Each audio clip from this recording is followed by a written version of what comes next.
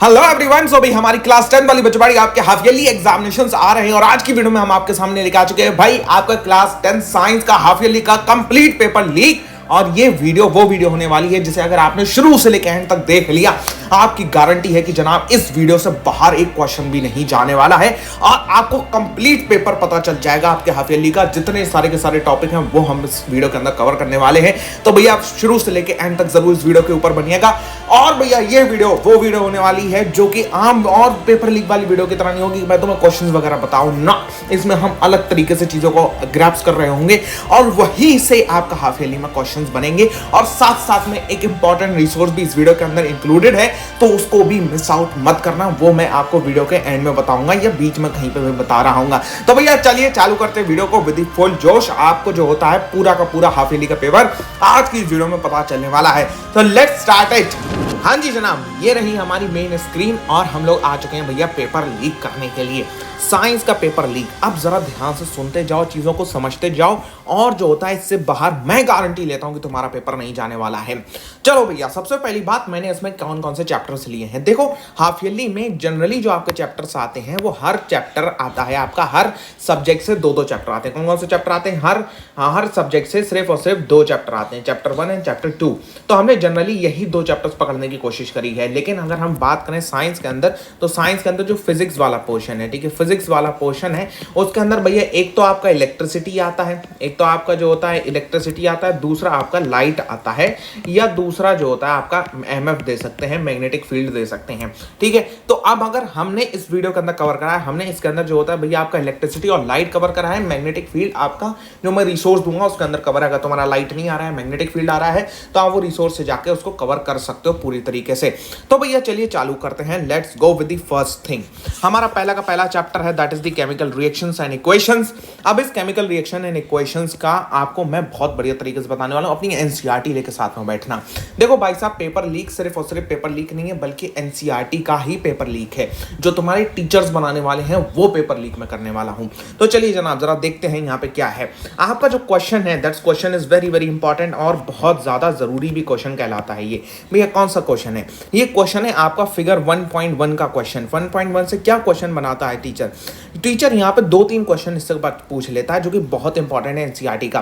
देखो यहाँ पे जो मोस्ट इंपॉर्टेंट क्वेश्चन आता है वो आता है कि भैया हमें जो होता है ये जो मैग्नीशियम रिबन आपको दिख रहा है, दिस मैग्नीशियम रिबन, हमें इसको जो होता है वो क्या कहते हैं, साफ क्यों करना पड़ता है? Why should we clean the magnesium ribbon before burning in the air? हमें इसको साफ क्यों करना पड़ता है हवा में जलाने से पहले? तो सबसे पहली बात का आपका ये क्वेश्चन है, तो इसका जवाब ये होता है क्योंकि भैया मैग्नीशियम जो होता है वो ऑक्सीजन के साथ रिएक्शन करता है। ठीक है, किसके साथ रिएक्शन करता है भैया? वो ऑक्सीजन के साथ रिएक्शन करता है और MgO बना लेता है। ठीक है, अब आप रिएक्शन बैलेंस करने जाएंगे तो कुछ इस तरीके से आपको रिएक्शन बैलेंस करती हुई मिलेगी। ठीक है, अब ये जब वो बना लेता है तो इसकी वजह से हमें ये बनता है, उसमें कौन सा कंपाउंड बन जाता है भैया? उसमें कंपाउंड बनता है 2MgO। उसमें कंपाउंड बन जाता है 2MgO। इस कंपाउंड की वजह से, because of this compound, MgO की फॉर्मेशन की वजह से हमें उसे साफ करना पड़ता है ताकि हम उसे जला पाए। भैया ऐसा क्यों है कि MgO की वजह से हमें उसे साफ करना पड़ता है? क्योंकि भैया MgO इनर्ट कंपाउंड है, ये बात ध्यान रखना। क्वेश्चन इस पर भी आ जाता है वाई। ठीक है, कुछ अगर हमारे टेढ़े टीचर हैं तो वो इस पर क्वेश्चन दे देते हैं वाई MgO क्यों? ठीक है, तो क्योंकि MgO is an inert compound. दूसरा जो इस फिगर से क्वेश्चन बनता है, मोस्ट इंपॉर्टेंट क्वेश्चन है, दैट इज कि भैया इसकी रिएक्शन बताओ। ठीक है, तो इसकी रिएक्शन भी सेम ही ये आ जाती है। ओके, अब तीसरा क्वेश्चन है इसके ऊपर कि भैया यही फिगर दे देंगे और इसमें ये सब चीजें नहीं होंगी, कुछ भी नहीं होगा, कुछ भी नहीं होगा, कुछ भी नहीं होगा, ये सब लिखा हुआ नहीं होगा। तुमसे पूछ लेंगे identify the chemical reaction and write down the formulas, तो तुम तब भी इसको आइडेंटिफाई करके यही फॉर्मूलाज लिख सकते हो। ठीक है, सो हमारा जो नेक्स्ट क्वेश्चन है वो एनसीईआरटी के मोस्ट इंपॉर्टेंट पार्ट से आता है। जो नेक्स्ट क्वेश्चन आपके हाफ ईयरली में मैक्सिमम चांसेस है आने के, वो चैप्टर केमिकल रिएक्शन की मेन जड़ है। इसमें 5 चीजें आती हैं, 4 चीजें आती हैं, change in colour, change in state, evolution of gas और चेंज इन टेम्परेचर। ये है क्या बॉस? ये है आपका identification of chemical reaction, identification of chemical reaction. इसको आपको आइडेंटिफाई करना है केमिकल रिएक्शन को। ये 4 वेज से आप आइडेंटिफाई करते हो, ये सब बिल्कुल सही बात है। अब इस 4 वेज के ऊपर क्वेश्चन कैसे आएगा? 4 वेज के ऊपर देखो सीधा सीधा जो क्वेश्चन आता है इसके ऊपर वो आता है आपका, क्या कहते हैं, गिव द एग्जाम्पल। क्या क्वेश्चन आता है भैया? Give the example. ठीक है, give the example of each. ये क्वेश्चन दो तरीके से आ सकता है। एक आपका क्या कहते हैं 1 मार्कर में आ सकता है। 1 मार्कर में सर 1 मार्कर में चारों आएंगे ना ना ना ना ना ना ना 1 मार्कर में जो होता है वो आपका सिर्फ इसका 1 पार्ट आएगा, ठीक है। दूसरा आएगा इसमें 5 मार्कर में जिसमें इसके ये 4 पार्ट ही पूछे जाएंगे, ठीक है। पूरा आपको बताना होगा, ठीक है। How you can identify the chemical reaction in the following ways in different ways and give them the examples, ठीक है। You can identify the chemical reaction by the different methods, give that methods and also right one of the examples, ठीक है। इस तरीके से question आ सकता है।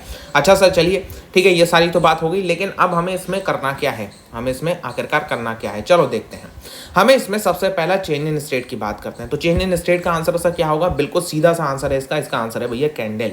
Candle जब बर्न करती है, ठीक है, कैंडल जब बर्न करती है तो यहाँ पे ये जो वैक्स होता है, ये वैक्स आपका कुछ जलता भी है, ठीक है। और जो होता है ये वैक्स जब जलता है तो सीधी सी आपकी एनसीईआरटी एक रिएक्शन बनाती है कि जब ये वैक्स जलता है तो यहाँ पे एक गैस रिलीज होती है CO2 और कुछ वाटर में भी रिलीज होता है H2O, और कुछ वैक्स यहाँ में मेल्ट डाउन भी करता है। तो स्टेट यहाँ पे चेंज होती हुई दिख रही है क्या हमें? हाँ सर बिल्कुल, स्टेट यहाँ पे चेंज होती हुई दिख रही है। कैसे सर दिख रही है स्टेट चेंज होती हुई? देखो यहाँ पे जो होता है आपका ये वैक्स क्या है, वैक्स क्या है, वैक्स आपका सॉलिड है, ठीक है। अब ये यहाँ पे ये जो होता है जल रहा है, जल के भैया ये क्या बना रहा है, जल के H2O बना रहा है जो कि एक लिक्विड है, प्लस में CO2 गैस भी रिलीज कर रहा है जो कि एक जो होता है भैया गैस है। तो सॉलिड, लिक्विड और गैस, ये तीनों आपके एग्जाम्पल्स हो जाते हैं और यहाँ पे आपको इसमें फुल मार्क्स देखने को मिलेंगे। या आप अगर ये भी एग्जाम्पल दे सकते हो कि कुछ वैक्स यहाँ पे नीचे बर्न डाउन भी कर जाता है, मेल्ट डाउन करता है, कुछ वैक्स बर्न करता है। तो जो एनसीईआरटी बात कर रही है वो वैक्स जो कि बर्न कर रहा है, कौन सी, जो वैक्स बर्न कर रहा है एनसीईआरटी उसकी बात कर रही है, ना कि उस वैक्स की बात कर रही है जो कि मेल्ट डाउन हो रहा है, ठीक है। इस बात को आपको ध्यान में रखना है कि जो वैक्स बर्न कर रहा है एनसीईआरटी उसकी बात कर रही है, ना कि जो वैक्स मेल्ट डाउन कर रहा है एनसीईआरटी उसकी बात नहीं कर रही है। तो जनाब ये है आपका सेकंड मोस्ट इंपॉर्टेंट थिंग कि आपको जो होता है यहाँ पे चेंज इन कलर का भी एक एग्जांपल देना है। तो आप ये एग्जांपल देख लग सकते हैं, सही है भैया। इसकी रिएक्शन कैसे करके बनेगी? देखो इसकी रिएक्शन कुछ ऐसी सी बनेगी, Fe प्लस में CuSO4, और ये कौन सी वाली रिएक्शन है कौन बताएगा मेरे को, is equal to FeSO4 plus में Cu, ठीक है। या ऐसे भी लिख सकते हो इसको, CuSO4 प्लस में Fe is equal to FeSO4 plus में Cu, ऐसे भी लिख सकते हो। Am I right? ये सब बिल्कुल। ये है कौन सी? ये है भैया डिस्प्लेसमेंट रिएक्शन। ये कौन सी रिएक्शन है? ये है भैया डिस्प्लेसमेंट रिएक्शन, डिस्प्लेसमेंट रिएक्शन, ठीक है। डिस्प्लेस हो रहा है यहाँ पे। नेक्स्ट की तरफ बढ़ते हैं। इसका next part evolution of gas. Evolution of gas को कैसे करके लिखेंगे सर? एवोल्यूशन ऑफ गैस को आप सोडियम कार्बोनेट और डाइल्यूट हाइड्रोक्लोरिक एसिड की से आइडेंटिफाई कर सकते हैं। मोस्ट इंपॉर्टेंट है यहाँ पे सोडियम कार्बोनेट और डाइल्यूट हाइड्रोक्लोरिक एसिड की भी रिएक्शन बहुत इंपॉर्टेंट हो जाती है, ठीक है। सोडियम कार्बोनेट Na2, बताओ कौन सी होता है भाई? अरे यार जब भी मैं क्वेश्चन पूछता हूँ ऐसे जो होता है नशीली आंखों से मुझे देखने लगता हो जैसे मैंने पता नहीं कौन सी बात कर दी। नहीं, ऐसा नहीं करना है भाई साहब। तुम्हें जो होता है चीज़ों को समझने के साथ साथ क्वेश्चंस भी तो सॉल्व करने हैं भाई। मेन एग्जामिनेशन में क्वेश्चन कौन सॉल्व करेंगे? हम जाएंगे मैं क्वेश्चन सॉल्व करने हैं रामलाल, ठीक है। तो भैया यहाँ पे इसको तुम्हें करना होगा Na2CO3, ठीक है। NaCO3 भी कहते हैं इसको, प्लस में HCl, ओके। अब यहाँ पे जो होता है NaCl बनेगा और प्लस में H2 गैस यहाँ पे निकल रही होगी, ठीक है। चलो अब जो होता है नेक्स्ट आता है इसका पार्ट जो है चेंज इन टेम्परेचर। यहाँ पे आप कोई लाइन रिएक्शन लिख सकते हो CO की प्लस में H2O। देखो यहाँ पे रिएक्शन कैसे बनेगी ये वाली बता दे रहा हूँ, पिछली वाली अपनी होमवर्क में करके कमेंटों में मेरे को कमेंट जरूर करना। कमेंट करते हो तो मेरा मोटिवेशन एकदम हाई रहता है भाई साहब। लाइव चैट में एकदम हाउस द जोश कर दो। सर ये क्या था? कुछ नहीं था, ठीक है। हाँ तो अब भैया आते हैं CaO प्लस में क्या, प्लस में H2O is equal to CaOH का होल ट्वाइस, ठीक है। और प्लस में क्या निकलेगा भैया? हाँ क्या निकलेगा बताओ, ठीक है। बताओ जल्दी से बताओ, बताओ क्या निकलेगा सर? यहाँ पे गैस तो नहीं निकल रही है, यहाँ पे हीट बढ़नी चाहिए, ठीक है। चेंज इन टेम्परेचर है तो जब ये बनता है। अच्छा कभी दादी को अपने चूना पान खाते हुए देखा है? पान, हाँ सर खाते हुए देखा है। पान के अंदर क्या होता है भैया? पान के अंदर जो होता है एक चीज़ आती है जिसे कहते हैं चूना, ठीक है। पान तुम्हारी दादी अगर खाती हैं तो वो चूना लाती हैं मार्केट से। कौन सा चूना होता है सर? वो कुछ पत्थर पत्थर जैसा होता है। अब जब उस पत्थर जैसे चूने को किसी पानी में डाला जाता है, ठीक है, पानी में डाला जाता है तो तुम्हारी दादी क्या खाती हैं भाई? हमारी दादी खाती हैं सर पान। है ये तो आम बन गया सर, पान नहीं बन रहा यूँ, ठीक है। क्या खाती हैं दादी? दादी खाती हैं पान। तो पान से इसको याद रख सकते हो, ठीक है। पान से ऐसे याद रख सकते हो कि दादी जब खाती हैं पान, किस किस की दादी पान खाती हैं, ठीक है, ये भी बता देना।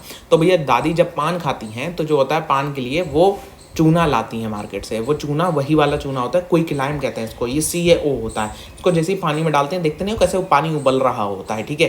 तो पानी उबलता है और वही पानी जो होता है जब उबलता है तो रिलीज ऑफ द एनर्जी होता है। यहाँ पे एनर्जी बहुत सारी रिलीज होती है। यही एनर्जी का रिलीज टेम्परेचर में बदलाव ला देता है। और इस रिएक्शन को हम एक और नाम से जानते हैं जिसे हम लोग एक्सोथर्मिक रिएक्शन कहते हैं। तो एक्सोथर्मिक और एंडोथर्मिक का भी आपका पूछा जा सकता है, ठीक है। यहाँ पे हाँ एक और चीज़ है, वेरी वेरी इंपॉर्टेंट रिएक्शन है भैया। यहाँ पे क्या रिएक्शन है, यहाँ पे H2SO4, ठीक है, प्लस में BaCl, ठीक है।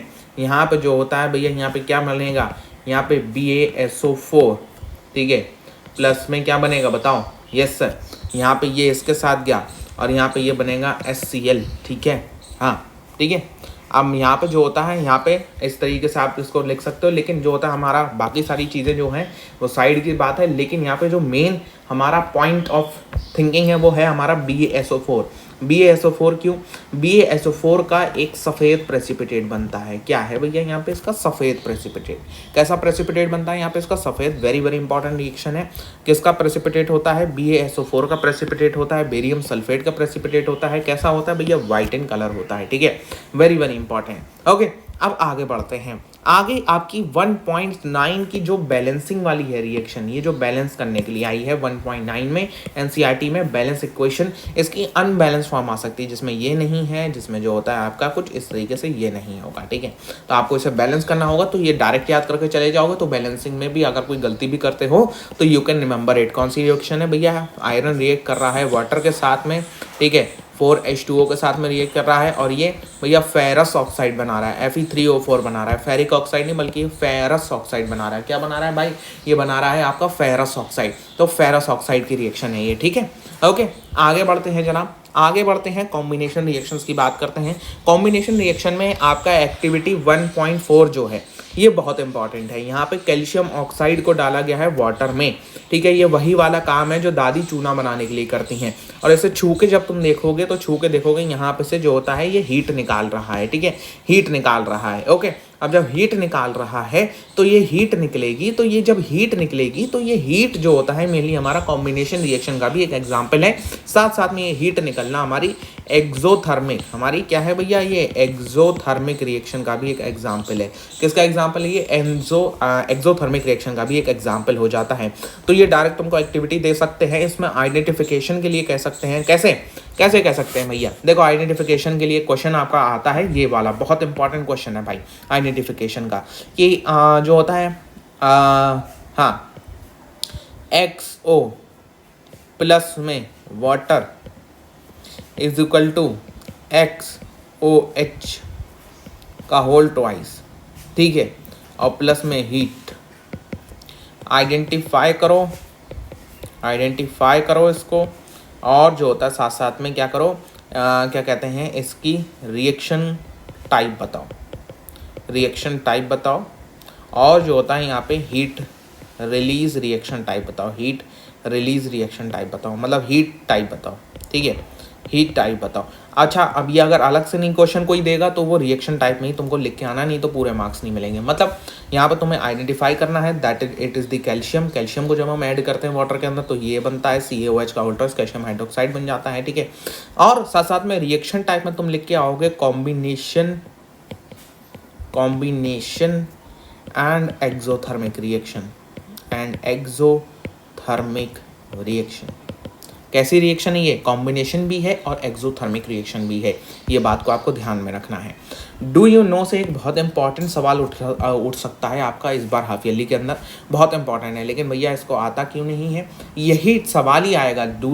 ये भैया डू यू नो, यहाँ भले को आपका मेन बोर्ड एग्जामिनेशन में ना पूछा जाए लेकिन आपका हाफ ईयरली में पूछने के इसके बहुत ज़्यादा चांसेस हैं। कैसे सर इसको हाफ ईयरली में पूछा जा सकता है, देखो यहाँ पर डायरेक्ट यही क्वेश्चन ही उठा के दे सकते हैं इसका। कैसे, A substance, ठीक है, a substance, okay, produced by the reaction is used for whitewashing, okay, a substance, यहाँ पे लिखेंगे भैया क्या, यहाँ पे लिखेंगे substance, ठीक है, produced by the reaction is used for whitewashing walls, substance react slowly with carbon dioxide in air to form a thin layer of carbon का यहाँ पे X carbonate, ठीक है, on the walls. X carbonate is formed after 2 or 3 days of whitewashing and give a shiny finish to the walls. It is interesting to note that the chemical formula for Y is also CaCO3, ठीक है, of substance is also XCO3, या ऐसे करके कह सकते हैं, और substance is also XCO3, ठीक है। अब यहाँ पर तुमसे पूछ लेंगे आइडेंटिफाई दी सब्सटेंस, ये पूरा का पूरा क्वेश्चन है, तो तुम यहाँ पे ये रिएक्शन लिख के आओगे, ठीक है। वेरी वेरी इंपॉर्टेंट, टेबल आपकी 1.14 है, तो ये वेरी वेरी इंपॉर्टेंट पार्ट हो जाता है आपका, और बहुत इंपॉर्टेंट क्वेश्चन भी है ये, ठीक है। आपको याद रखना है, आपके हाफ ईयरली में सिलेक्ट लाइन के ऊपर तो भैया एटलीस्ट एंड एटलीस्ट एक क्वेश्चन तो बनता ही है, एटलीस्ट एक क्वेश्चन आएगा यहाँ पे, ठीक है। अब उसके बाद आगे बढ़ते हैं जनाब, डीकम्पोजिशन रिएक्शन से एक क्वेश्चन बनता है, जो कि ये वाली रिएक्शन है। Very very very very very very important reaction है आपकी। अगर मैं सही बता रहा हूँ, मैं बार बार कह रहा हूँ कि अगर तुम पूरी की पूरी वीडियो देख लोगे तो तुम्हें इसके बाहर एक क्वेश्चन ही मिलेगा साइंस के अंदर, अगर तुम्हारे यही सारे चैप्टर्स आ रहे हैं तो। फिलहाल ये है कि तुम रुके रहो।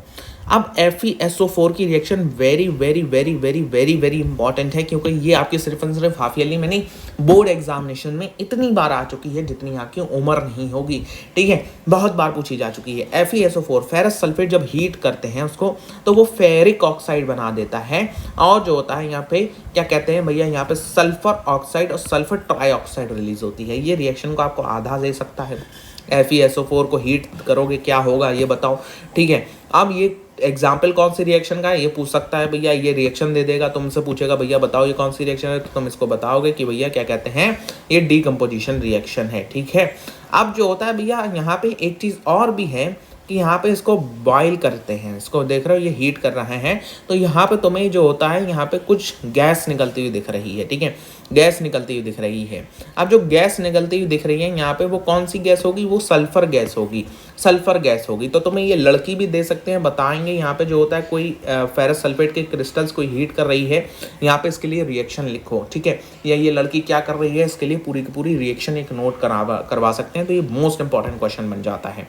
एक और रिएक्शन है 1.21 करके आपकी टेबल में है, या अब नई NCERT की पता नहीं कुछ चेंज वगैरह हो गया हो, लेकिन ये है आपके उसमें PbNO3, very very very very important, बहुत बार ये भी आ चुकी है सेम पिछली वाली रिएक्शन की तरह। PbNO3 को हीट करोगे तो क्या होगा, डीकम्पोजिशन रिएक्शन का है, PbO बनेगा, NO2 बनेगा, O2 बनेगा, ये बहुत इंपॉर्टेंट है, याद करके रख लेना इसको, ओके। हाँ, अब ये तो भैया एक परफेक्ट क्वेश्चन है, और ये आना ही आना है आपके हाफ ईयरली में। क्या है भैया, यहाँ पे ये जो होता है ये डायग्राम ऐसे दे सकते हैं, या तुमसे ये पूछ लेंगे कि भैया, हाँ यहाँ पे एक सब पूछेंगे तुमसे कि भैया एक सब्सटेंस है, सब्सटेंस X, उसे जब सनलाइट में रखते हैं तो वो एक वाई सब्सटेंस बनाता है, साथ साथ में एक जो होता है वो रेड ब्राउन कलर की गैस निकालता है। कौन सी गैस निकालता है, वो एक गैस निकालता है, किस कलर की गैस निकालता है, वो रेड ब्राउन कलर की, ठीक है, रेड ब्राउन कलर की। बताओ कौन सी रिएक्शन है। अब तुम फंस जाओगे, सर ये क्या हुआ, कैसा सब्सटेंस, कैसी रेड ब्राउन वाली रिएक्शन, तो भैया वो यहाँ से ही उठा लेते हैं, जो कि सब्सटेंस आपका कहलाएगा AgBr, ठीक है, AgBr। इसको सनलाइट में रखेंगे तो भैया Ag बनाएगा, ये अलग अलग हो जाएगा, प्लस में Br2, या जिसे ब्रोमीन गैस कहा जाता है, ब्रोमीन गैस। ये ब्रोमीन गैस ही जो होता है वो रेड ब्राउन कलर देती है, ये ब्रोमीन ही भैया कौन सा कलर देती है, रेड ब्राउन कलर, ठीक है। Red brown colour is given by which gas, bromine. ये भी बात तुम्हें याद में रखनी है, ठीक है, मोस्ट इंपॉर्टेंट है। और सेकंड रिएक्शन तो आपको पता ही है, ये सिल्वर क्लोराइड की AgCl की है, AgCl की है, ये रिएक्शन आप जानते हो इसको अच्छी तरीके से। नेक्स्ट जो सबसे ज़्यादा इंपॉर्टेंट रिएक्शन है वो भैया ये वाली, हम ये पहले भी आपको बता चुके हैं, Fe प्लस में CuSO4 वाला सोल्यूशन वाला, तो इसमें आपको बताने का कोई वो तुक बनता नहीं है कि हम आपको ये रिएक्शन बता रहे हो, ठीक है, ओके। अब आ जाओ भैया चैप्टर के लास्ट में, जो सबसे ज़्यादा इंपॉर्टेंट रिएक्शन है वह है आपकी this oxidation reaction, oxidation and reduction reaction, ठीक है। यहाँ पे ये रिएक्शन सबसे ज़्यादा दो इंपॉर्टेंट हो जाती हैं, CO प्लस में H2 equal to Cu plus में H2O, ZnO प्लस में C equal to Zn plus में CO, MnO2 प्लस में 4HCl equal to MnCl plus में H2O प्लस में Cl2, most and most important हो जाती है। अच्छा बच्चों को इसमें ये दिक्कत होती है भैया, यहाँ पे रिड्यूसिंग एजेंट कौन है और ऑक्सीडाइजिंग एजेंट कौन है, तो इसका मैं बहुत ही सिंपल सी ट्रिक बताता हूँ कि भैया जो ऑक्सीडेशन हो रहा है जिसका, सिंपल सी बात है वो रिड्यूसिंग एजेंट है, जिसका रिडक्शन हो रहा है वो सिंपल सी बात ऑक्सीडाइजिंग एजेंट है। खत्म कहानी, सीधा सीधा याद रखो। जिसका ऑक्सीडेशन हो रहा है वो रिड्यूसिंग एजेंट है, जिसका रिडक्शन हो रहा है वो ऑक्सीडाइजिंग एजेंट है। Most and most important question ये आपका ऑक्सीडेशन से इसके बाहर नहीं आने वाला है। तो चलिए भैया और एक और क्वेश्चन देखते हैं हमारा। ये एनसीईआरटी के बैक एक्सरसाइज का 11वां क्वेश्चन है। बैक एक्सरसाइज का 11वां क्वेश्वन है, why are decomposition reactions called the opposite of combination reaction, write equation for this reaction. अब तुम इसमें बहुत सारी लिख सकते हो, जैसे कि भैया Mg, जैसे कि भैया क्या लिख सकते हो, Mg प्लस में O2 is equal to MgO, ठीक है, H2 प्लस में O2 is equal to H2O, ठीक है। इस तरीके से तुम बहुत सारी रिएक्शन बना सकते हो। Ca प्लस में O2 is equal to CaO, quick lime की फॉर्मेशन, ठीक है, क्विक लाइन की फॉर्मेशन। और क्या बताएं, और क्या बताएं, बताइए। हाँ जी, Na प्लस में Cl2 is equal to NaCl, ये है हमारी कॉम्बिनेशन रिएक्शन। अच्छा भैया इसको अपोजिट क्यों कहा जाता है? चलो ठीक है, मैंने वाटर को लिया, ठीक है, बाकी सारी रिएक्शन को छोड़ो, बाकी सारी रिएक्शंस को छोड़ो, मैंने जो होता है वाटर लिया, ठीक है, मैंने क्या लिया, मैंने लिया वाटर, ठीक है। अब इस वाटर को मैं यहाँ से इधर साइड के लिए भेजना चाहता हूँ, मैं रिएक्शन को कुछ ऐसा पलटाना चाहता हूँ, तो मैं क्या करूँगा, व्हाट शुड आई डू, मैं वाटर को एक झटका दूंगा। किसका झटका दोगे भैया? इलेक्ट्रिसिटी का, इलेक्ट्रिक शॉक दूंगा। क्या दूंगा मैं वाटर को, क्या दूंगा वाटर को, ज़रा ध्यान से बताओ भाई, क्या दूंगा वाटर को? वाटर को दूंगा मैं इलेक्ट्रिक शॉक। इलेक्ट्रिक शॉक देते ही रिएक्शन कुछ ऐसी सी आ जाएगी, ठीक है, ठीक है, ओके ओके, क्लियर। और ये यहाँ पे कुछ ऐसा सा बनेगा, ठीक है, ओके। या तो अब यहाँ पे हमें बैलेंस करनी है, तो भैया यहाँ पे हमें 2 लगाना होगा, और फिर यहाँ पे जो होता है हमारी क्या कहते हैं ओवरऑल यहाँ पे 4H प्लस में O2, ठीक है। तो इस तरीके से हमारी रिएक्शन भी बैलेंस हो जाने वाली है। अब ये रिएक्शन यहाँ से पलट गई, तो इसलिए ही हम इसको जो होता है डीकम्पोजिशन रिएक्शन को अपोजिट ऑफ कॉम्बिनेशन रिएक्शन कहते हैं। क्या कहेंगे इसको हम लोग? Opposite of combination reaction. Cats that's के लिए बहुत इंपॉर्टेंट क्वेश्चन ये है आपका। चैप्टर 2 की तरफ बढ़ते हैं, एसिड बेसिस एंड सॉल्ट्स के मोस्ट इंपॉर्टेंट क्वेश्चन जो आपके हाफ ईयरली में आने वाले हैं। देखो भैया बहुत ही आसान सा काम है हमारा जो होता है यहाँ पे। सबसे पहला क्वेश्चन है ये टेस्ट ट्यूब वाला, जिसमें जो होता है एक में डिस्टिल वाटर होगा, एक में एसिडिक सॉल्यूशन होगा, एक में बेसिक सॉल्यूशन होगा। सिर्फ हमें रेड लिटमस पेपर दिया गया है, हम कैसे आइडेंटिफाई करेंगे? रेड लिटमस पेपर जैसे ही बेस में जाएगा ब्लू हो जाएगा, ठीक है। कैसे हम आइडेंटिफाई करेंगे भैया? सबसे पहले तो हम जो होता है रेड लिटमस को देखेंगे डाल के, जो होता है एक कंटेनर में, मान लो ABC, ठीक है, हम इसमें डालेंगे, इसमें डालेंगे, इसमें डालेंगे। मान लो जो होता है इसमें क्या कहते हैं, इसमें वाटर है, इसमें एसिड है, इसमें बेस है। हम जो होता है सीधा सीधा लिटमस को डालेंगे सबसे पहले जो होता है आपका इस वाले कंटेनर में। नो चेंज आएगा तो भैया वाटर होगा या एसिड होगा। इस वाले कंटेनर में डालेंगे तो भैया यहाँ पे भी नो चेंज आएगा, या तो एसिड है या वाटर है। इस वाले कंटेनर में डालेंगे तो रेड लिटमस जो होता है भैया क्या कहते हैं वो ब्लू में कन्वर्ट हो जाएगा, ठीक है। रेड लिटमस आपका ब्लू में कन्वर्ट हो जाएगा। सबसे पहले हम इसको जैसे ही देखेंगे ये ब्लू में कन्वर्ट हो गया। अब हमें कन्फ्यूजन क्या है कि इन दोनों में से एसिड किस में है, इन दोनों में से एसिड किस में है। तो जैसे ही ये ब्लू में कन्वर्ट हो गया हम इसको फिर से इसमें डालेंगे बी में। अगर बी में ये फिर से रेड हो गया तो इसका मतलब एसिड है, नहीं हुआ तो ये वाटर है। और जो फिर हम ए में डाल के देखेंगे तो फिर वो एसिड पकड़ लेगा। तुम्हारी अगर ना समझ में आया हो तो मैं एक बार फिर से समझा दूँ। हमारे पास में मान के चलो भैया 3 कंटेनर है, 1, 2 और 3, A, B और C। सबसे पहले हम रेड लिटमस लेंगे, हमें मान के चलते हैं इसमें वाटर है, इसमें एसिड है, इसमें बेस है। हम सबसे पहले अपना क्या लेंगे, हम सबसे पहले अपना जो होता है वो लिटमस लेंगे, ठीक है। हम सबसे पहले अपना लिटमस लेंगे, इसमें डालेंगे, ठीक है, नो चेंज आएगा, इसमें डालेंगे, ठीक है। फिर इसमें से हम कैसे करके करेंगे भैया, इसमें से देखो, इसमें से हम इधर डालेंगे तो यहाँ पे भी हमें नो चेंज मिलेगा। फिर हम इधर डाल के देखेंगे, इधर जो होता है क्या होगा, इधर चेंज होगा, इधर चेंज होगा। ये रेड लिटमस जो होता है, रेड लिटमस जो होता है ब्लू बन जाएगा, ठीक है, क्लियर। अब हमें ये आइडेंटिफाइड हो गया, हमें ये दोनों में से आइडेंटिफाई करना है बचे हुए ए बी में से कि कौन सा वाटर है कौन सा एसिड है। अब यही ब्लू को उठा के यहाँ से चेंज हुआ, हम ब्लू को उठा के फिर से जो होता है आपका बी वाले में डालेंगे। अगर चेंज आया तो सही है, ठीक है। तो अगर नो चेंज आया मान लो, ठीक है, नो चेंज आया ठीक है, तो मतलब यहाँ पे वाटर है, लेकिन यहाँ पे चेंज होगा क्योंकि यहाँ पे एसिड है। तो ये ब्लू वाला जैसे ही ए में जाएगा ये चेंज हो जाएगा, यहाँ पे मतलब इसका ये एसिड आइडेंटिफाई हो गया। फिर हम इसको भी डाल के देख लेंगे वाटर में, तो यहाँ पे कोई चेंज नहीं होगा, तो मतलब ये वाटर है। ठीक है, तो इस तरीके से आप ये आइडेंटिफिकेशन कर सकते हो। इंपॉर्टेंट क्वेश्चन है ये आपका। अब आगे बढ़ते हैं जनाब, आगे बढ़ते हैं। Reaction of zinc granules with dilute sulphuric acid of testing the hydrogen gas.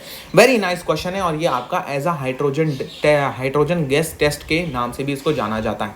Hydrogen gas test के नाम से इसको कैसे जाना जाता है, क्योंकि यहाँ पे हम ये पता कर रहे होते हैं कि हाइड्रोजन गैस कहाँ से निकल रही है।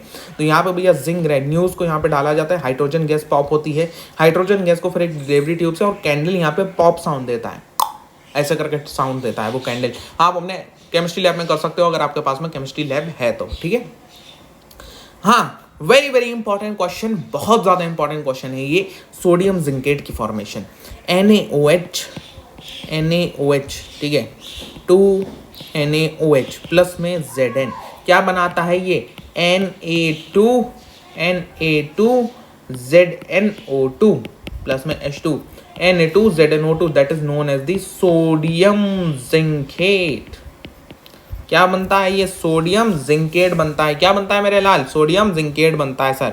ओके, अब उसके बाद में नेक्स्ट जो सबसे ज़्यादा इंपॉर्टेंट क्वेश्चन है कि यहाँ पे जो होता है भाई, यहाँ पे कैल्शियम हाइड्रोक्साइड का सॉल्यूशन लेके हम यहाँ पे कार्बन डाइऑक्साइड गैस के प्रेजेंस को महसूस कर सकते हैं, मतलब उसको टेस्ट कर सकते हैं। कैसे, यहाँ पे हम जो होता है क्या करेंगे, यहाँ पे हम सोडियम कार्बोनेट लेंगे, सोडियम कार्बोनेट को हाइड्रोक्लोरिक एसिड में डाल देंगे, यहाँ से कार्बन डाइऑक्साइड गैस निकलेगी। अब यहाँ पे हम लेंगे कैल्शियम हाइड्रोक्साइड सॉल्यूशन। ठीक है, कैल्शियम हाइड्रोक्साइड सॉल्यूशन। अब जो होता है यहाँ पे जैसे ही ये CO2 के उसमें आएगा, ये मिल्की में कन्वर्ट हो जाएगा। क्यों, क्योंकि यहाँ पे CaCO3 की फॉर्मेशन हो जाती है, कुछ इस तरीके से यहाँ पे गड़बड़ होती है, तो इस वजह से यहाँ पे ये मिल्की बन जाता है। ओके, यहाँ पे कैल्शियम कार्बोनेट बन जाता है, तो ये मिल्की कलर देने लगता है, फिर थोड़ी देर बाद मिल्कीनेस डिसअपियर हो जाती है। इसलिए मोस्ट इंपॉर्टेंट क्वेश्चन हो जाता है, what do you observe and pass the gas dissolve in cases through the lime water और as shown record your observation। ठीक है, तो थर्ड वाले का ये है कि भैया यहाँ पे लाइम वाटर जो बना है, ये जो वाटर है फिर इसमें से पास कराओ, और जो होता है तुम्हारा ये लाइम वाटर मिल्की में कन्वर्ट हो जाएगा। ठीक है, अब यहाँ पे सबसे ज़्यादा इंपॉर्टेंट ये देख रहे हो, ये वाली रिएक्शन है, ये 2-3 रिएक्शन है, ये देख रहे हो CaCO3 का प्रेसिपिटेट एंड वाटर, ये उसी की फुल रिएक्शन है। आप जाके इसको देख सकते हो। यहाँ पे हमारा test tube A, test tube B में क्या चल रहा है, टेस्ट ट्यूब ए में क्या है, टेस्ट ट्यूब बी में क्या है। ठीक है, इस तरीके से आपका ये चीज़ बताई गई है। ओके, चलो नेक्स्ट है आपका क्वेश्चन से इन टेक्स्ट दी क्वेश्चंस, उसमें से बहुत इंपॉर्टेंट क्वेश्चंस उठते हैं आपके। ये वाला जो होता है भैया यहाँ पे सबसे ज़्यादा इंपॉर्टेंट है, अगर ये आया आपके एग्जाम में आएगा, और ये वाला आ सकता है। ठीक है, ये वाला आप जानोगे इसको कैसे करके होगा। मेटल क्लोराइड ए डाइल्यूट हाइड्रोक्लोरिक एसिड के साथ रिएक्ट करता है, एफोरवेशन। यहाँ पे जो गैस इवॉल्व होती है वो बर्निंग कैंडल को एक्सटिंग्विश कर देती है। अच्छा, फायर को एक्सटिंग्विश करती है, फायर को एक्सटिंग्विश करती है। ध्यान रखना, किसे एक्सटिंग्विश कर रही है, फायर को एक्सटिंग्विश कर रही है। तो सीधी बात, वो गैस CO2 है। ये क्वेश्चन ने पढ़ गया। ठीक है, ओके। सो कर्ड को और सोर सब्सटेंसेस को, कर्ड को और खट्टे खानों को क्या कहते हैं, हमें ब्रास में और कॉपर में क्यों रखना चाहिए। कर्ड को या खट्टे खानों को हमें ब्रास के कंटेनर में और जो होता है कॉपर के कंटेनर में क्यों नहीं रखना चाहिए। Sorry, I am really sorry about it. ठीक है, क्यों नहीं रखना चाहिए, क्योंकि भैया ये यहाँ पे रिएक्शन कर देगा, यहाँ पे ब्रास और कॉपर के साथ में ये रिएक्शन करेगा, और जो होता है यहाँ पे ये चीज़ खराब होने का डर रहता है, क्योंकि रिएक्टिविटी सीरीज भी तो कुछ नाम की है। ये आपके थोड़े से रिएक्टिव सब्सटेंसेस में आते हैं, और ये रिएक्शन कर जाएंगे इसके साथ में, ये रिएक्शन कर जाएंगे, एसिड बेस का आपका आयनिक चेंज आ जाएगा इसके अंदर। तो इसलिए भैया इसमें आइडेंटिफाई मतलब इसमें जो होता है वो क्या कहते हैं, ऐसा प्रिस्क्राइब नहीं करा जाता कि आप इसमें रख लीजिए। ठीक है, ओके। नेक्स्ट आपकी जो होता है वो आपका formation of acid and base से क्वेश्चन है। एसिड एंड बेस का फॉर्मेशन पूछ सकता है वो, जैसे कि HCl, इसे तोड़ोगे तो H+Cl-। ठीक है, KOH, ये अच्छा ये ऊपर है, तो कैसे होगा, ये बेस है, तो बेस में से इधर से जाएगा K positive, OH negative, hydroxide ion होगा तो ये नेगेटिव जाएगा।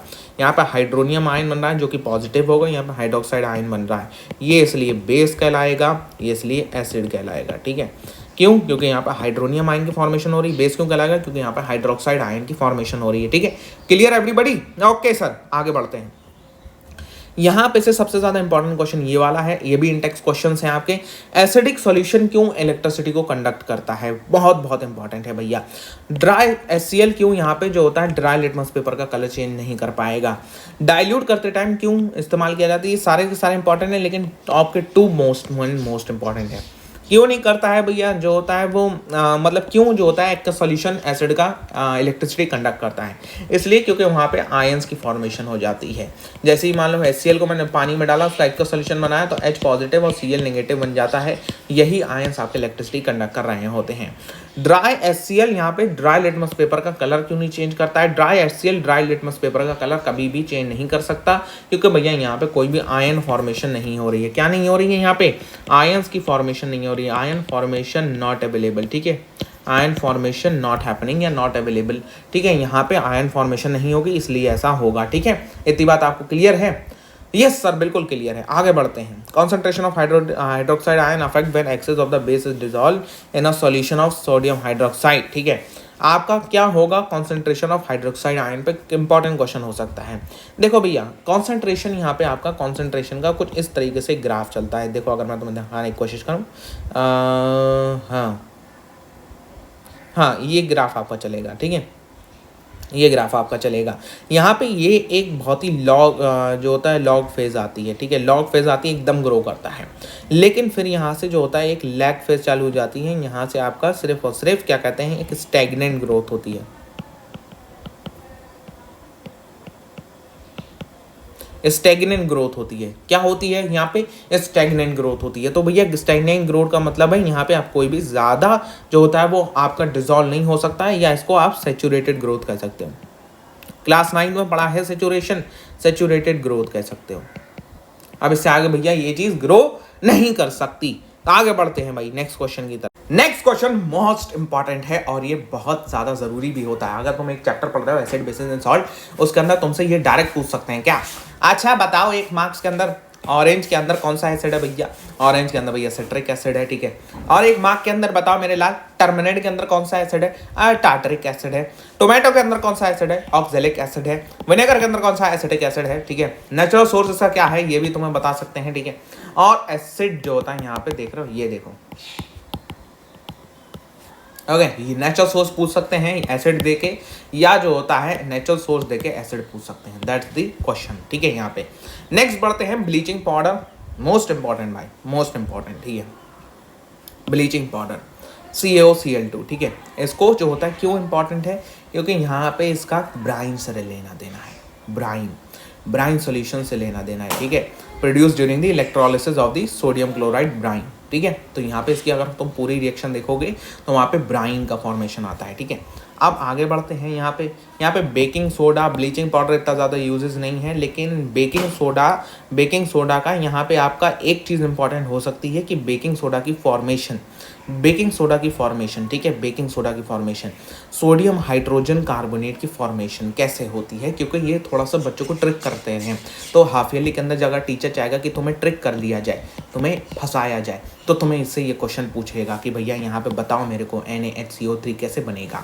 तो तुम NaCl प्लस में H2O प्लस में CO2 प्लस में NH3 अगर तुम लगा दोगे तो सीधा NaCO3 बन जाएगा। अब उससे तुम सोडियम कार्बोनेट भी बना सकते हो इसको हीट करके, और यही सोडियम कार्बोनेट आपका आगे इस्तेमाल होता है वॉशिंग सोडा की फॉर्मेशन में।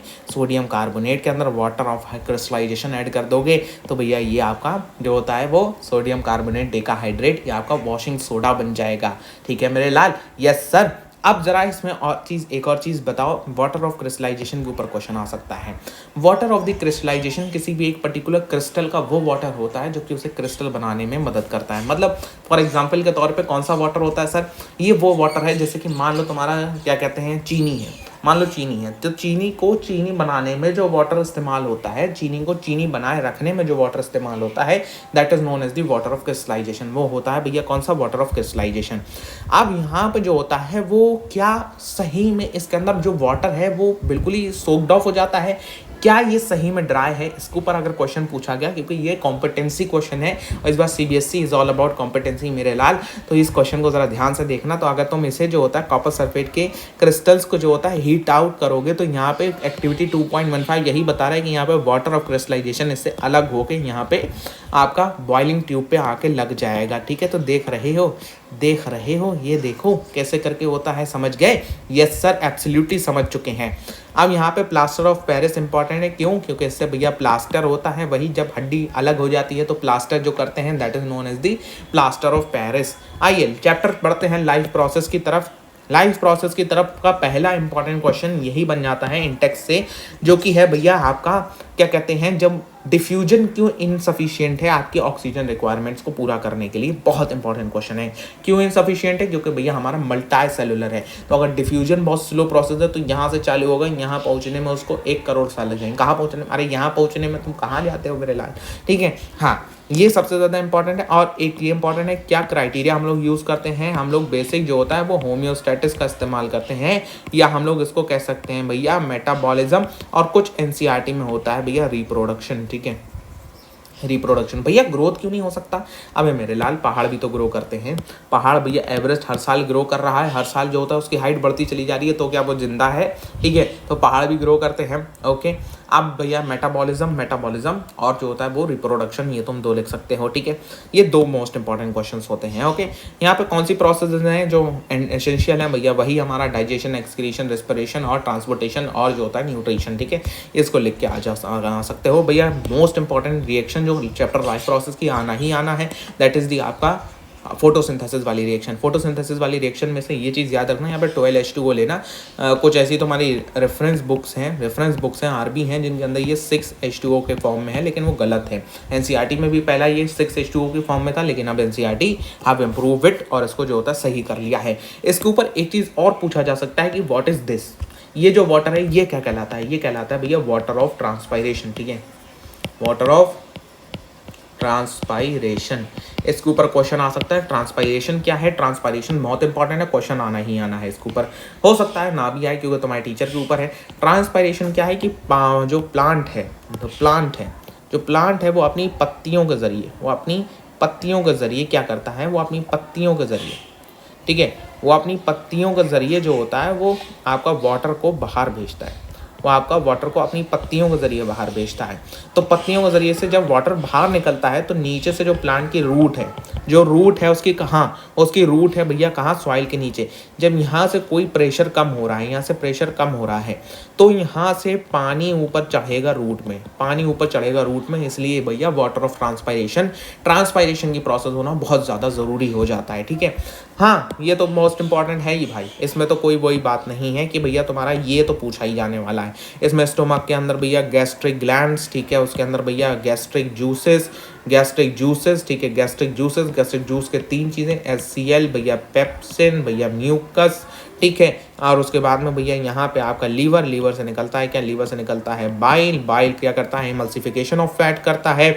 उसके बाद में तुम्हारा जो होता है भैया पेनक्रियाज क्या निकालता है? पेनक्रियाज निकालता है भैया ट्रिप्सिन, ठीक है, ट्रिप्सिन निकालता है, कुछ जो होता है लाइगेजेस निकालता है, और जो होता है भैया यहाँ पे क्या कहते हैं? पेनक्रियाटिक जूस निकलता है जिसके अंदर ट्रिप्सिन और ये सारे के सारे हार्मोन होते हैं। ट्रिप्सिन क्या करता है? प्रोटीन डाइजेस्ट करता है, सेम एज पेप्सिन डज। ठीक है, ये बात को आपको ध्यान रखना है। ओके, आगे बढ़ें? हाँ सर, आगे बढ़ते हैं।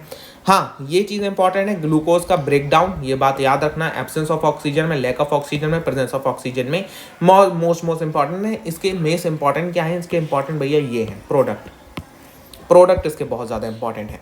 ये क्वेश्चन पूछा जा सकता है कि एटीपी जो होता है, ये क्वेश्चन नहीं है जनरली, एक मतलब जो होता है क्वेश्चन अप्लाइड फॉर्मेट है। ठीक है, तो मैं इसके अंदर अप्लाई हो सकता है कि यहाँ पे जब एनर्जी मॉलिक्यूल होता है तो how our body uses the energy molecule, question अगर ये आता है तो you have to done this.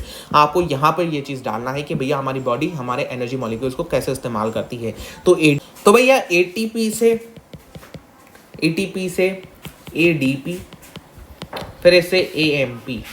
जब तुम एनर्जी खाओगे तो ये दोबारा से ऐसा होता है। कैसे होता है भैया? 1 2 3, ये हट के चला गया तो ये एडीपी हो गई 2 एडीपी, ये भी हट के चला गया तो ये सिंगल रह गई एएमपी। मोनोफॉस्फेट, डाईफॉस्फेट, ट्राईफॉस्फेट ऐसे करके चलता है। ठीक है, ओके, या ब्लड के अंदर रेड ब्लड सेल की लाइफ या ब्लड का कंपोनेंट पूरा या वाइट ब्लड सेल क्या काम करते हैं, ये पूछा जा सकता है। ओके, हाँ, इसमें एक इंपॉर्टेंट क्वेश्चन दिया गया है, what advantage over an aquatic organism does a terrestrial organism have in regard to obtaining oxygen for respiration. Important question है। कैसे इंपॉर्टेंट, कैसे है ये इंपॉर्टेंट? ऐसे है क्योंकि भैया टेरेस्ट्रियल ऑर्गेनिज्म डायरेक्ट ऑक्सीजन लेते हैं, और बल्कि जो हमारे क्या कहते हैं एक्वेटिक ऑर्गेनिजम्स हैं वो डिजॉल्व ऑक्सीजन लेते हैं, डिजॉल्व O2 लेते हैं। तो इसलिए हमारे टेरेस्ट्रियल ऑर्गेनिज्म लेस ब्रीथ करते हैं, ठीक है, लेस ब्रीदिंग है हमारी मान लो जो होता है 5 सेकंड में एक ब्रीथ है, ठीक है, लेकिन उनकी 1 सेकंड में 5 ब्रीथ है, ठीक है, क्योंकि वो डिजॉल्व ऑक्सीजन ले रहे हैं। डिजॉल्व ऑक्सीजन क्यों ज़्यादा लेनी पड़ती है? क्योंकि वो डिजॉल्व फॉर्मेट में है, तो इसलिए भैया वहाँ पे क्या होगा, वहाँ पे जो होता है डिजॉल्व ऑक्सीजन होगी, तो डिजॉल्व ऑक्सीजन वो कम मात्रा में अंदर जाएगी, जो आपका गिल्स होते हैं वो कम मात्रा में उसको एब्जॉर्ब करेंगे, इसलिए उनको बार बार लेना पड़ता है। ओके, या अब जो होता है भाई क्या कहते हैं, ये वाला क्वेश्चन देख सकते हो, ठीक है। ओके, बाकी ये तो आना ही आना है भाई। हार्ट के अंदर ये क्या कहते हैं भैया, डबल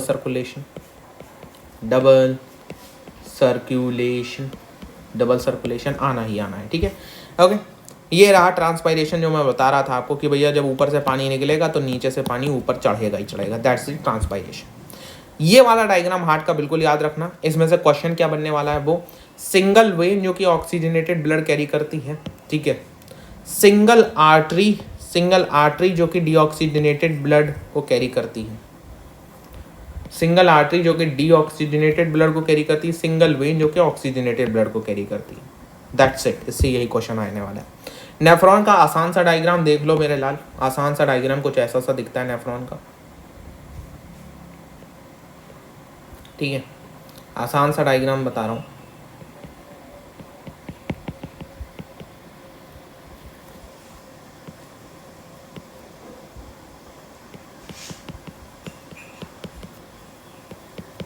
ओके, ये है आपका आसान सा diagram. Loop of Henle connecting duct, Bowman's capsule, ये आई आपकी ब्लड वेसल, बटेगी ये, फिर ब्लड वेसल बन के निकल जाएगी, ठीक है। ये आई आपकी ब्लड, यहाँ से ये बटेगा, इसके अंदर आएगा, ये आपका नेफ्रॉन का आसान सा डायग्राम है। It will take you to full marks, ठीक है। ओके, हाँ, ऑर्गन डोनेशन ये आपका केस स्टडी के तौर पर पूछा जा सकता है, एज इट इज, ठीक है, ऐसा ही डाल दिया जाएगा केस स्टडी से क्वेश्चन बन सकते हैं। इसमें जो होता है भैया क्या कहते हैं, वो बहुत सारी चीज़ें हैं, तो इसमें क्वेश्चन आपका स्कूल दे सकता है, तो इसको एक बार पढ़ लेना, ठीक है, ध्यान से। आर्टिफिशियल किडनी डायलिसिस है ये, इसके ऊपर भी केस स्टडी बन सकती है। 2 जगहों से एनसीईआरटी पूरा का पूरा चांस देती है किसी भी एक पर्टिकुलर स्कूल को, यहाँ से तुम परफेक्ट तौर पे केस स्टडी निकाल दो, ठीक है, बहुत बढ़िया सी केस स्टडी बनाओ। ओके, कंट्रोल एंड कोऑर्डिनेशन के अंदर आ जाते हैं जनाब। कंट्रोल एंड कोऑर्डिनेशन के अंदर सबसे पहला न्यूरॉन बहुत इंपॉर्टेंट है। न्यूरॉन के अंदर आपका जो सबसे ज़्यादा इंपॉर्टेंट है वो ये न्यूरो मस्कुलर जंक्शन है। इसे भैया क्या कहा जाता है, इसे भैया साइनेप्स कहा जाता है। यहाँ पे ये पैकेट्स लगे होते हैं जो इसमें से नर्व इम्पल्स को ट्रांसफर करने में मदद करते हैं। यहाँ पे ये थोड़ा सा गैप होता है, ये देख रहे हो, गैप है, यहाँ से नर्व इम्पल्स कैसे ट्रांसफर होती है वो क्वेश्चन बहुत ज़्यादा इंपॉर्टेंट हो जाता है। रिफ्लेक्स एक्शन और रिफ्लेक्स आर्क, ये 2 चीज़ पूछी जाती है। यहाँ पे सिर्फ और सिर्फ स्पाइनल कॉर्ड की इन्वॉल्वमेंट होती है बहुत सारे रिफ्लेक्स एक्शन में। जैसे मेरी आंखें जो होता है बार बार ब्लिंक कर रही हैं, ये रिफ्लेक्स एक्शन है। मेरे सामने कोई मच्छर आएगा मैं पकड़ लूंगा, ये मेरा रिफ्लेक्स एक्शन है, ठीक है। मेरे मुंह पे कोई चीज़ आएगी तो मैं डॉज कर जाऊंगा उस चीज़ को, ये चीज़ मेरा रिफ्लेक्स एक्शन है, ठीक है। प्लांट हार्मोन, फाइटो हार्मोन्स के अंदर ये 4 हार्मोन बहुत ज़्यादा इंपॉर्टेंट है, जिसमें से सबसे ज़्यादा इंपॉर्टेंट ये होता है एब्सिसिक एसिड, क्योंकि ये भैया डॉर्मेंसी प्रमोटर है। और ये जो होता है वो कैसा हार्मोन है, ये ग्रोथ इनहिबिटर है, ठीक है, ग्रोथ इनहिबिटर है, ग्रोथ इनहिबिट करता है, ग्रोथ को रोकता है, ठीक है।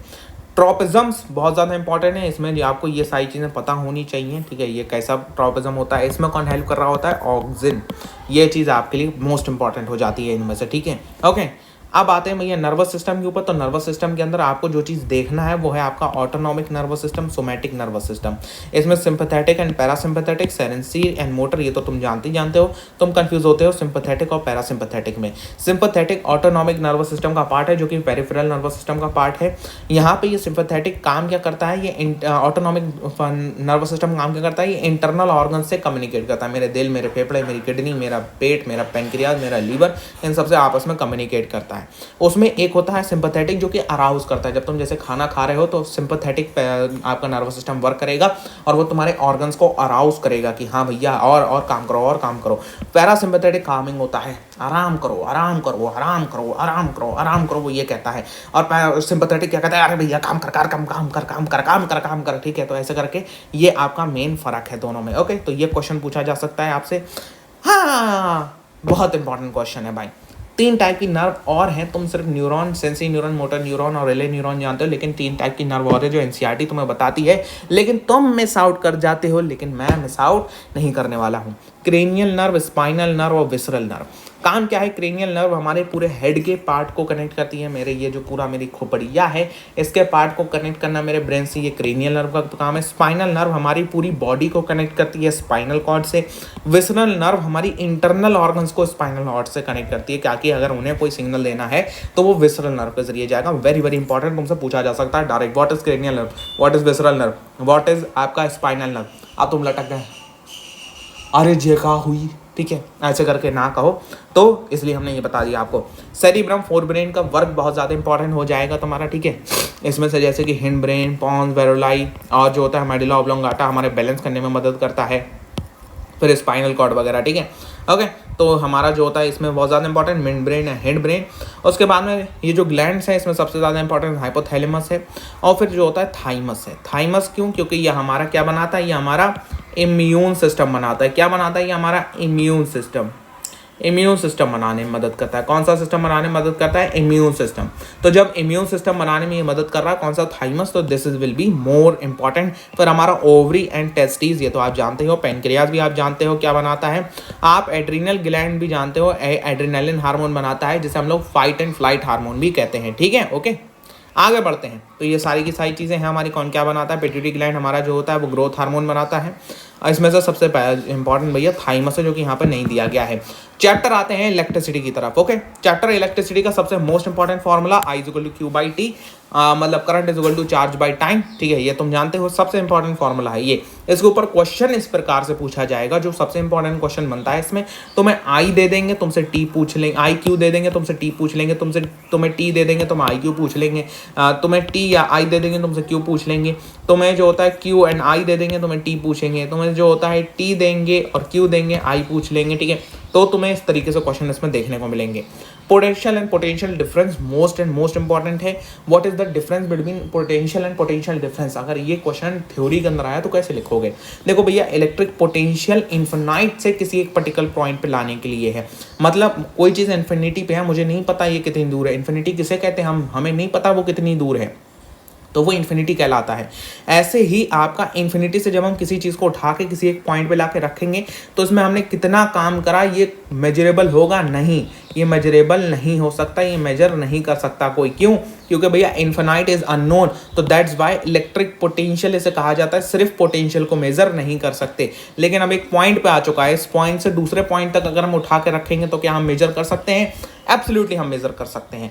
ओम्स लॉ के ऊपर तो क्वेश्चन आना ही आना है भैया। ओम्स लॉ का या तो डेरिवेशन आएगा या तो भैया V = R या R = V/I या जो होता है भैया I = V/R। इस तरीके से भैया क्वेश्चन 3 फॉर्मेट में आ सकते हैं। इससे जो 3 फॉर्मूले बनते हैं इनमें से भी वही क्वेश्चन आएगा। तुम्हें IR दे देंगे, V पूछ लेंगे, V दे देंगे, I दे देंगे, R पूछ लेंगे, तो R = V/I इसे करके रखना है। तो मैं इसमें से आपका 2 वैल्यू दी होंगी, एक वैल्यू नहीं दी होगी, आपको उसमें से ये चीज़ करना होगी, ठीक है।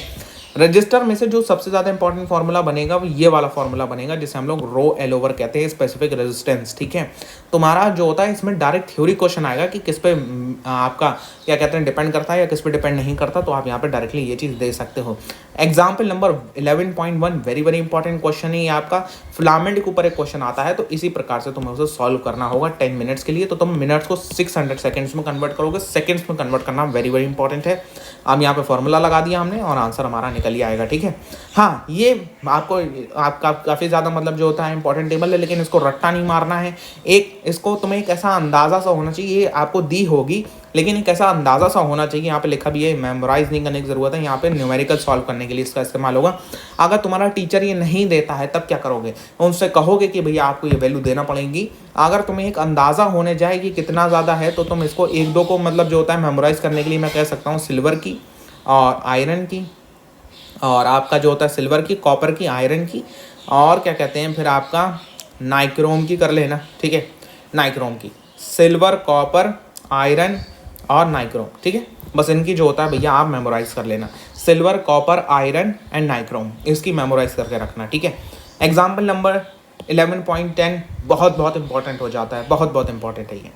इलेक्ट्रिक पावर का ये जो डेरिवेशन है, ये जो 3 फॉर्मूले बन रहे हैं, इस 3 फॉर्मूले के ऊपर क्वेश्चंस और ये वाला हिस्सा, ये जो 1 kWh वाला हिस्सा है, very very very important.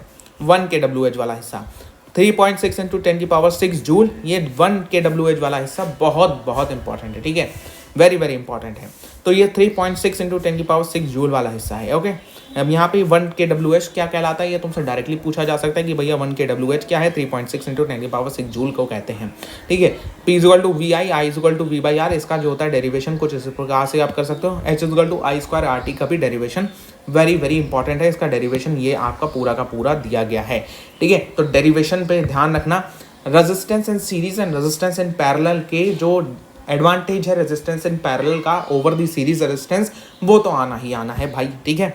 Chapter light में क्या क्वेश्चन आते हैं, ये वाले डायग्राम से 2 तरीके के क्वेश्चन आते हैं। एक आई दे देगा, आर पूछ लेगा, ये वाला तो अलग हो गया। एक तुम्हें ये वाला एंगल देगा, कहेगा भैया ये 90 होता है, ये तुम्हें पता होना चाहिए। कहेगा ये एंगल मान लो 15.5 है, तो ये एंगल कौन कितना होगा, फिर ये तुमसे ये नहीं पूछेगा ये एंगल कितना होगा, तुमसे डायरेक्ट पूछेगा ये एंगल कितना होगा। तो अब तुम चक्कर में पड़ जाओगे, सिर्फ ये दिया है ये कैसे निकालें, अरे मेरे लाल ये 90 है, 90 में से इतना कम कर दे, वो ये एंगल आ जाएगा, इस एंगल को यहाँ पे पुट डाउन कर दे, क्योंकि एंगल आई = एंगल आर होता है, खत्म कहानी, दैट्स ऑल, ठीक है। Mirror formula very very important, mirror की जितनी भी इंपॉर्टेंट चीज़ें हैं ये तुम्हें पता होना चाहिए। फोकल लेंथ किसे कहा जाता है, पोल किसे कहा जाता है, रेडियस किसे कहा जाता है, प्रिंसिपल एक्सिस किसे कहा जाता है, सेंटर ऑफ कर्वेचर किसे कहा जाता है, ये चीज़ इंपॉर्टेंट होती है और ये तुम्हें पता भी होना चाहिए। कॉनकेव मिरर के अंदर एक बात याद रखना, जैसे कि भैया यहाँ पे कोई इमेज बन रही है, यहाँ पे कोई ऑब्जेक्ट है, ऑब्जेक्ट अगर इन्फिनिटी पे है तो इमेज फोकस पे होगी। ऑब्जेक्ट जैसे जैसे पास आता जाएगा इमेज फोकस से यहाँ से हिलती जाएगी, यहाँ से इधर आएगी, यहाँ से इधर आएगी, फिर यहाँ से इधर आएगी, फिर यहाँ से सीधी इन्फिनिटी पे भाग जाएगी। देखो इन्फिनिटी पे फोकस पे, बियॉन्ड सी आया, between F and C, focus से इधर भाग गई, ऐसे इमेज 3 जो होता है जगह भागेगी, फोकस से बिटवीन एफ एंड सी आएगी, फिर इससे उठ के भैया सेंटर ऑफ कर्वेचर पे बैठेगी, बियॉन्ड सेंटर ऑफ कर्वेचर बैठेगी, फिर सीधी भाग जाएगी भैया कहाँ, इन्फिनिटी के ऊपर भाग जाएगी। देख लो सीधी सी बात है। अब यहाँ पे कॉन्वेक्स मिरर का बड़ा ही आसान सा है, ये 2 ही पॉइंट्स हैं, ये तुम्हें याद रखना हो। तो साइन कन्वेंशन के ऊपर एक क्वेश्चन आता ही आता है कि भैया यहाँ पे एक पर्टिकुलर पॉइंट पे ऑब्जेक्ट बन रहा है और साइन कन्वेंशन के हिसाब से उसको कहाँ पे रखना है, ठीक है। मैग्निफिकेशन की बात करते हैं तो मैग्निफिकेशन का formula is very very important, और ये फॉर्मूला तुम्हारा इंपॉर्टेंट इस बेस में है कि तुम्हें याद होना चाहिए कि इमेज ऊपर होती है, ऑब्जेक्ट नीचे होती है। तो इसको H' करके मत याद रखा करो। फॉर्मूले को you can remember as H/I and upon में H/O, HI/H/O, I मतलब इमेज, O मतलब ऑब्जेक्ट, ठीक है। HI/H/O, मैंने आज तक इसको ऐसे ही याद रखा है, HI/H/O। ये इसमें कन्फ्यूजन हो जाएगा, या H1/H2 में भी कन्फ्यूजन हो जाएगा, ठीक है। HI/H/O, HI/H/O, इस तरीके से याद रख सकते हो, ठीक है। HI/H/O ऐसे करके याद रख सकते हो। यहाँ पे एब्सोल्यूट रिफ्रैक्टिव इंडेक्स टेबल 9.3 है, इसमें से तुम्हें एयर का, वाटर का, आइस का और केरोसिन का, ठीक है ना, केरोसिन का और ऑयल का भी याद कर लेना, ठीक है। Kerosene, oil, kerosene, water, ice and air, ठीक है। Air, ice, water, kerosene and oil, और गिलास का तो फिलहाल 1.52 है, ठीक है। और इधर की बात करूँ तो डायमंड 2.42, ठीक है। डायमंड का इतना ज़्यादा है ताकि ये ब्रिलियंट शो करता है, ये ब्रिलियंट होता है, हाँ, लाइट को ट्रैप कर लेता है अंदर ही, ओके। आइए आगे बढ़ते हैं। नेचर फोकस ये मैं बता चुका हूँ बहुत अच्छी तरीके से आपको। ये आपका लेंस का है, लेंस का भी सेम ही काम करता है, लेंस का सेम ही काम करता है। यहाँ पे जो होता है बस एक काम होता है कि भैया ऑब्जेक्ट अगर यहाँ पे है ऑब्जेक्ट अगर इन्फिनिटी यहाँ पे इन्फिनिटी पे रखा हुआ है तो इमेज यहाँ बन रही थी, इमेज यहाँ बन रही थी। ऑब्जेक्ट आएगा तो इमेज इधर की तरफ भागेगी, इधर की तरफ दूर जाएगी, ठीक है, इधर की तरफ दूर जाएगी, लेकिन जाएगी दूर ही, ठीक है। फोकस 1 पे होगी, फोकस 2 पे होगी, फिर उससे फोकस से और दोनों फोकस, क्योंकि लेंस के अंदर तुम जानते हो, लेंस के अंदर तुम जानते हो कि भैया एक होता है f1 और एक होता है भैया f2, ठीक है। तो वाइट फोकस f2 होगा और यहाँ से ऑब्जेक्ट इन्फिनिटी पे है तो भैया अगर आएगा तो भैया यह होता है यहाँ पे आ जाएगा, ठीक है। यहाँ पे जो होता है बिटवीन f2 एंड 2f2 यहाँ पे फोकस के ट्वाइस में चली जाएगी, मतलब भैया सेंटर ऑफ कर्वेचर पे कहीं ना कहीं चली जाएगी ये, ठीक है। अब यहाँ पे जो होता है यहाँ से यहाँ आएगी, फिर यहाँ से यहाँ आएगी f2, ठीक है, f2 पे बनेगी, फिर यहाँ से यहाँ जाएगी। अच्छा यहाँ पे 2f2 लिखा है, मतलब यहाँ पे जो होता है इस तरीके से है, लेकिन अगर हमें आसानी से याद रखना है तो आप इस तरीके से लिख सकते हो f1 and f2, focus 1 focus 2, या ऐसे 2f2 भी कर सकते हो, ठीक है, 2f2 भी कर सकते हो, ओके, ट्वाइस ऑफ फोकस। तो अगर इमेज ऑब्जेक्ट इधर इन्फिनिटी पे है तो इमेज इधर फोकस पे होगी, फिर इधर से उठ के वो इधर जाएगी, फिर इधर से उठ के इधर जाएगी, फिर इधर से उठ के इधर, फिर सीधी इन्फिनिटी पे भाग जाना है उसे, ठीक है। सिंपल सा आपका कॉन्सेप्ट है। Same for this lens formula and magnification, ये भी आपको वही सारी चीज़ें हैं। तो ये अगर ओवरऑल जितने कॉन्सेप्ट आप ये कर लेते हो तो आपको कहीं से भी कोई भी पेपर आपका इससे बाहर तो नहीं जाने वाला है। अच्छा सर और क्या हम कर सकते हैं? देखो, और अगर मैं तुम्हें कहूँ तो मैं तुम्हें यहाँ से एक पेपर लीक भी दे सकता हूँ। ये आपका साइंस का पेपर लीक है। अगर तुम्हें सिर्फ और सिर्फ क्वेश्चंस चाहिए तो सिर्फ और सिर्फ क्वेश्चंस इसके अंदर है, लेकिन इसमें बहुत सारे क्वेश्चंस हैं। आपका मैग्नेटिक फील्ड वगैरह के भी जितने इंपॉर्टेंट क्वेश्चंस हैं सब इसके अंदर मैंने डाल दिए हैं। इसकी लिंक मैं डिस्क्रिप्शन में डाल दूंगा, तो तुम वहाँ से जाके इसको डाउनलोड कर सकते हो। जितने क्वेश्चंस मैंने बताए हैं, जितने टॉपिक्स बताए हैं, अगर उसी को ही तुम कर लो बार बार तो भी तुम्हारा काम निपट जाएगा। लेकिन अगर तुम्हें क्वेश्चंस भी करने हैं साथ साथ में जो मोस्ट इंपॉर्टेंट है, तो भैया ये कर लो। ये अगर तुम कर लेते हो, ये टॉपिक्स ही खाली कर लेते हो, तो 80 to 90% पेपर तो वैसे ही फंसने वाला है, इन्हीं टॉपिक से आएगा पेपर। और अगर तुम ये क्वेश्चन भी कर लेते हो तो 100% पेपर इसी में से आने वाला है, इसके बाहर नहीं जाने वाला है। अब तुम मेरे को इन दी कमेंट सेक्शन बताओगे कि नेक्स्ट कौन सा सब्जेक्ट का तुम्हें पेपर लीक चाहिए है। नए आ रहे हो सब्सक्राइब करो, इससे पहले बात नहीं बनने वाली है। यहाँ पे क्लिक करो, इस चैनल के आइकन को सब्सक्राइब करो। ये तुम्हारी नोट्स की प्लेलिस्ट आ रही है, इसको जाकर जरूर देखो, ठीक है। I will meet you in the next video. Till then good